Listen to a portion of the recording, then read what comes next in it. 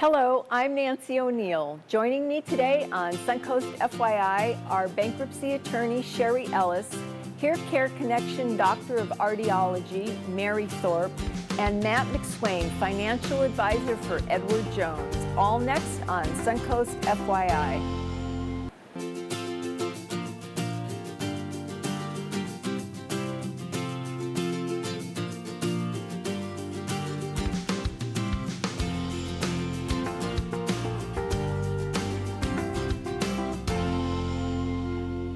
Hi, I'm Nancy O'Neill, and thank you for joining us on this week's Suncoast FYI. Today we're going to begin the show with the topic of bankruptcy. Bankruptcy is a very difficult stage to go through, but you don't have to go through it alone.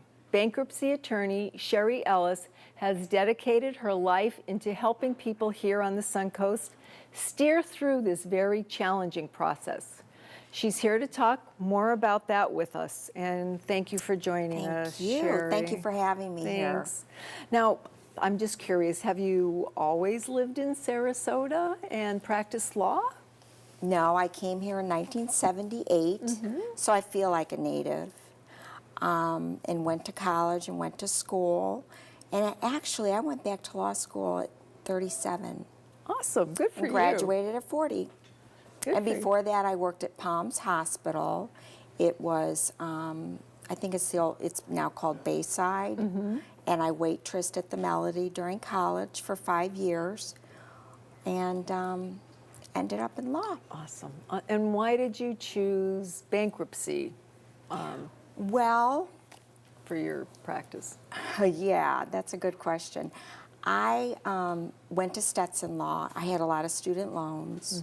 And I interned, and I ended up working for Earl Moreland as a state attorney for 5 years. And I did a lot of trials, a lot of jury trials and non-jury trials. After about 5 years, I thought it might be time to go out on my own, pay back some loans, things like that. So I was thinking about where to go. I went to Venice. There weren't a lot of lawyers down there at the time in 2003. Nobody really wanted to drive down there. And I opened up shop and was sitting there bored. And then the hurricanes hit, and we got very, very busy. Oh, my. Oh, yeah.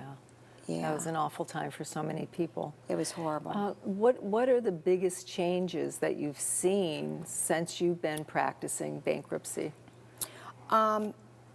Right now, bankruptcy filings are down. Our middle district, there's 3, north, south, and middle. Our district used to be the second busiest in the United States of America out of 96 bankruptcy courts. We have fallen to number 3, just our area. But one of the biggest changes I've seen, people are now planning and thinking ahead. They're not waiting to the last minute. Many of my clients that I had 10 years ago, 13 years ago, now come back to me for asset management. You know, what can I do this round to make it different? The other thing is mortgages. Bankruptcy attorneys, they can promulgate law. And they were the ones that got the mortgage mediation program in the bankruptcy courts, and they were the ones that implemented stripping unsecured junior liens after the housing crisis. So I think people's attitude is different. A lot of people have filed, and it's not, the stigma isn't really there. A lot more people have gone through it because, as you said, the housing crisis. I mean, so many people just weren't prepared for that. And nobody wants to go through bankruptcy. That's not a pleasant thing. It's always a last resort. It's always the caboose, and I think that scares people when they hear you do that. But I mean, I can work with somebody for 2 years before they even have to do that. Maybe they don't. There's so many options that they don't know about, but you don't know unless you ask. And then even after bankruptcy, there's things that they want to do. They're very conscientious. They're hardworking people. And they want to do the right thing. Now, what are some of the options that people have and advice that you would give to them? It depends on the person and Yeah, the facts. That's a real sure. tough one. Yeah. You know, what I do, though, I do a free consultation. I go over all their debts, their assets, and their Right. income. And you evaluate. And I evaluate that, and then Mm-hmm. I evaluate what caused it Mm-hmm. and where they're going. A lot of times it's just a loss of health, and they're going to get better. Right. But right now they don't have an income for 4 months, and they lost their insurance. So that would be totally different than somebody who might be behind 3 months on a mortgage, and they can catch up, but not for 6 months. And they're like, well, what would I do?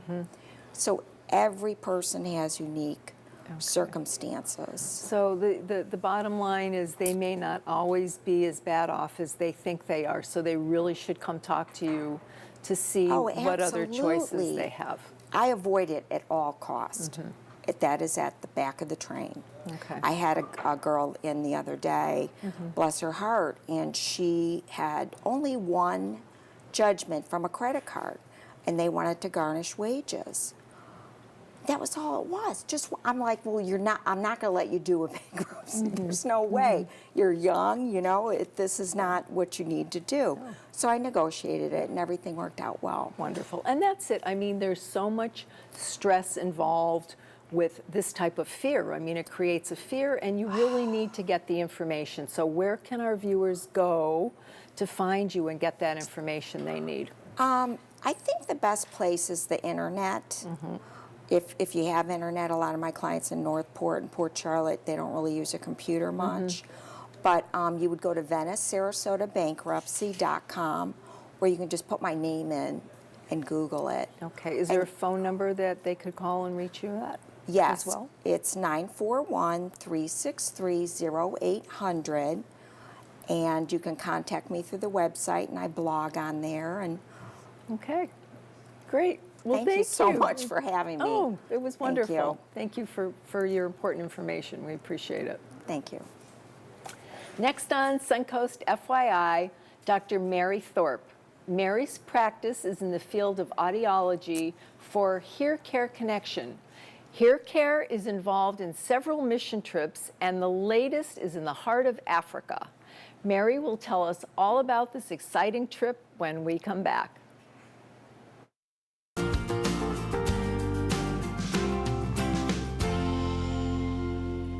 Welcome back to Suncoast FYI. Hear Care Connection has traveled all around the world to provide hearing aids for people in need.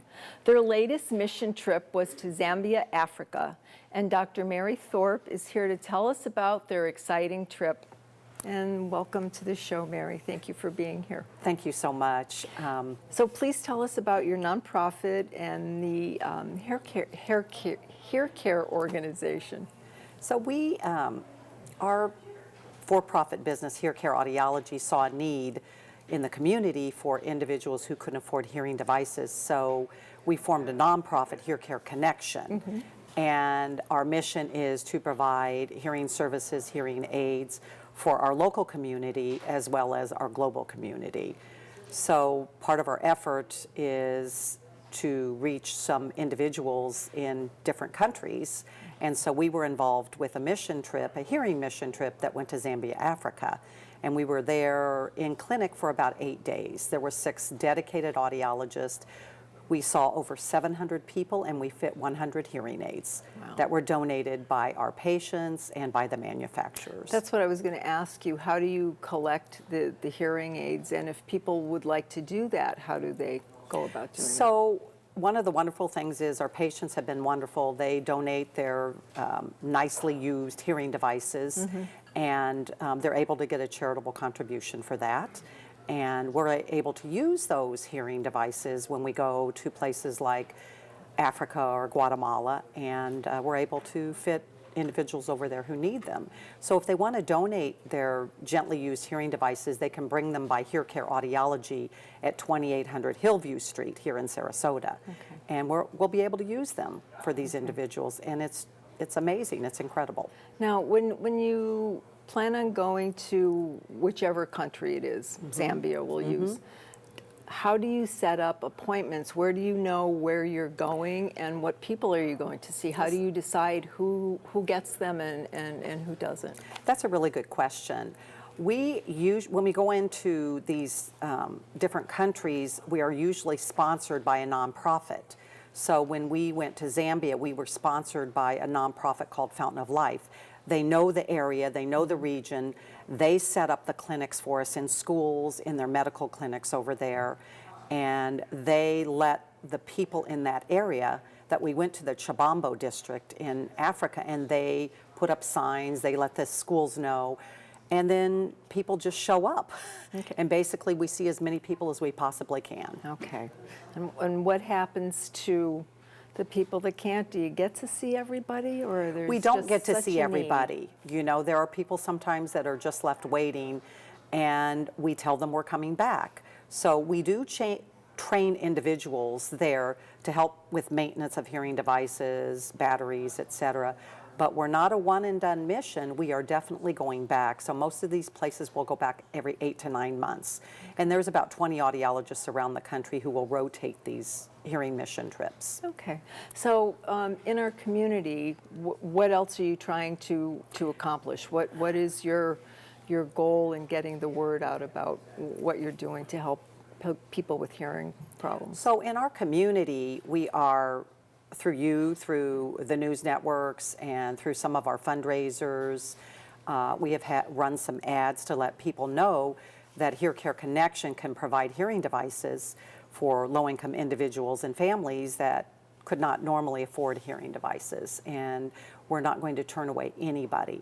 It's frustrating as an audiologist to not be able to help somebody to hear better just because of finances. So we started this nonprofit so that nobody needs to go without hearing better. Wonderful. Now, you've been practicing in Sarasota and Venice for a number of years. I've practiced in Sarasota for 29 years, and we've been in Venice 5 years. Okay.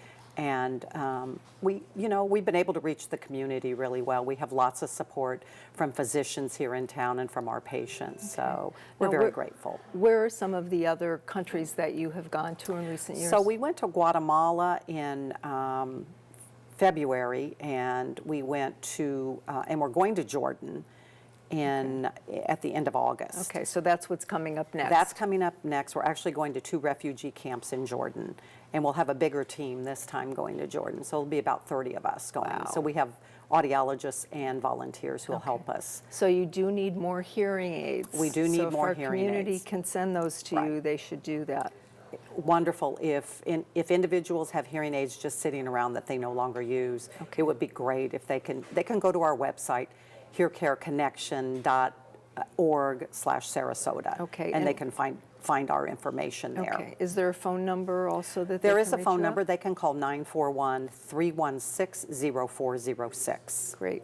Well, thank you so much, and we really appreciate what you do. Well, thank you so much for having us. Thank you. We appreciate it. Thank you. Well, some people are planning trips like Mary's to Zambia. Some people are planning for an entirely different journey, their retirement. After the break, I'll sit down with Edward Jones financial advisor Matt McSwain, and we'll talk about how his company helps people navigate their way to retirement. We'll be right back.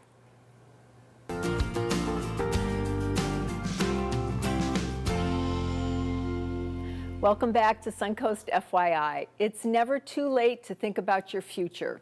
Whether you're planning to retire now or 50 years from now, it's a good idea to start planning. Matt McSwain, financial advisor for the investment company of Edward Jones, joins me today, and he has some words of wisdom for those planning for their retirement. And thank you for being here, Matt. Oh, thank you for really having me. appreciate it. Now, one of the groups that you deal with are people nearing retirement, and of course, there's a lot of concerns about Social Security benefits right now and all of the changes that are going on. How can you help people understand what their different options are? Oh, thanks for asking. Well, when it comes to Social Security benefits, there's a lot of different ways that people can file for benefits. And so one of the things that I do is kind of help them for their individual situation too. So The hard part with investments and kind of finances in general is the most dangerous information is just a little bit. So it's things you might hear at the water cooler and what someone else did, but there's over 2,000 laws out there when it comes to Social Security and trying to determine what impacts your individual situation. What I do is kind of sit down with them, kind of find out about you and say, well, tell me, you know, are you married now? Were you married before? Two, are you going to keep on working? Too. So like all these things impact kind of how you can file and what your options are with that. And again, like you said, it's an individual case by case, because I know, you know, personally I've started looking into it, and if you were born in 1953, the laws are different than 1954, because you can retire at an earlier age. Is that true? Yeah, so one of the things that Social Security has done to try and extend those benefits a little bit longer is change really what's called your full retirement age. And what that impacts is when you're allowed to file for benefits with less restrictions too. So one of those restrictions, of course, is income. So believe it or not, 62 is the earliest that everyone can file for benefits in normal situations. And at 62, they actually limit how much income you can earn. So for most individuals, unless you're working for minimum wage, it's going to really reduce that benefit. And once you file for benefits, that reduction's permanent too. So outside of a few situations you can get out of, but for the most part, you lock in a lower benefit, and that impacts you for life. Okay. So, I mean, that's one of the challenges that people have to deal with, is like, what age do I retire at? And, okay, so 62 is the earliest age. What is the, I guess, the optimal age, and what is that based on? Is that based on income over a certain period of time during the course of your life? So, and that's one of those things where some people hear, like, how do they actually calculate your benefits? Years ago, everybody used to get in the mail that Social Security statement. It told you every year, here's an estimate of what your benefit would be. Well, they stopped sending those out anymore, too, because they want you to go to that ssa.gov website, and so you can estimate your benefits there.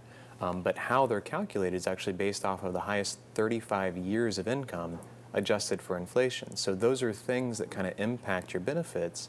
Sometimes I kind of get questions about, well, what if I go part-time? You know, is that going to hurt my benefits too? Usually the answer is no, but it's things that people are worried about just because they don't necessarily have all the information on, like I said, those 2,000 laws out there. So over 35 years, that's interesting. I haven't heard that one. So is it amortized over the 35 years? They take an average of what that is, and then that's what your benefit is? It's what it's based off of, too. So there's it's kind of a complicated formula. The good news is you don't have to know the math. All that really matters is what that final number is going to be, too. And then it's calculated based off of when you actually file for benefits and how you file for benefits. So what kind of changes can we expect down the road to keep our Social Security sustainable? So it's definitely a good question. So I'm 36. You know, I've got a big concern. Is that Social Security benefit going to be there for the year that I actually get full retirement age, 2047? Not a lot of people use that number in a sentence, and it seems far away. There's good and bad news with that. The good news is based off of current estimates, even if they don't change anything, they can fully fund Social Security for the next 20 years, and then fund it about 75% through the year 2090. Here's the good and bad news, is that they are changing things. And so there are going to be some things coming down the pipeline. They just made 2 changes just back in April, where file restricted and file and suspend strategies have gone away or are limited for people kind of moving forward. So there's a lot of things we'll continue to see probably. Well, they may raise taxes. They might change some of those ages of when you can file, as well as some of the ways you can do it. So that's some of the ways that you'll help people through it. Now, what do you recommend for people who are thinking about filing? So probably the best thing to do is sit down with someone like myself that can actually call my office, and we can schedule some time to look at their individual situation too. So I like finding money for people, especially with Social Security, because it's a big foundation for most people's retirement. Absolutely. Just a couple weeks ago, I'd met a couple, you know, wife was 68, still working. Husband was actually already drawing Social Security benefits. What she didn't realize is that she could file a restricted application and get about $1,000 a month while she lets her benefit grow. And it's one of those things, unfortunately, the Social Security office is never going to call you and say, hey, you forgot to ask for your $1,000. Of course not. Too, and that can make a huge difference in someone's income. Absolutely. Yeah, really. Yeah. So these are the things that you'll help people find. Exactly. Yeah. Wonderful. Where can they go, and website, phone number, anything you'd like them to know? Yeah, Get in certainly. touch with you. So they can, come see my office. I'm on Manatee Avenue in Bradenton, but they can give me a call at 941-761-1217. You can check out my website at edwardjones.com/Matt-McSwain. Great. Thank you, Matt, for being here, and I have a lot more questions for you after the show. Suncoast FYI will be right back. Thanks for joining us on Suncoast FYI this week. If you would like to promote your business or community event with us, we would love to hear from you. Please call our sales department at 941-361-4239 to find out how to be part of Suncoast FYI. I'm Nancy O'Neill, and we'll see you next Friday on Suncoast FYI.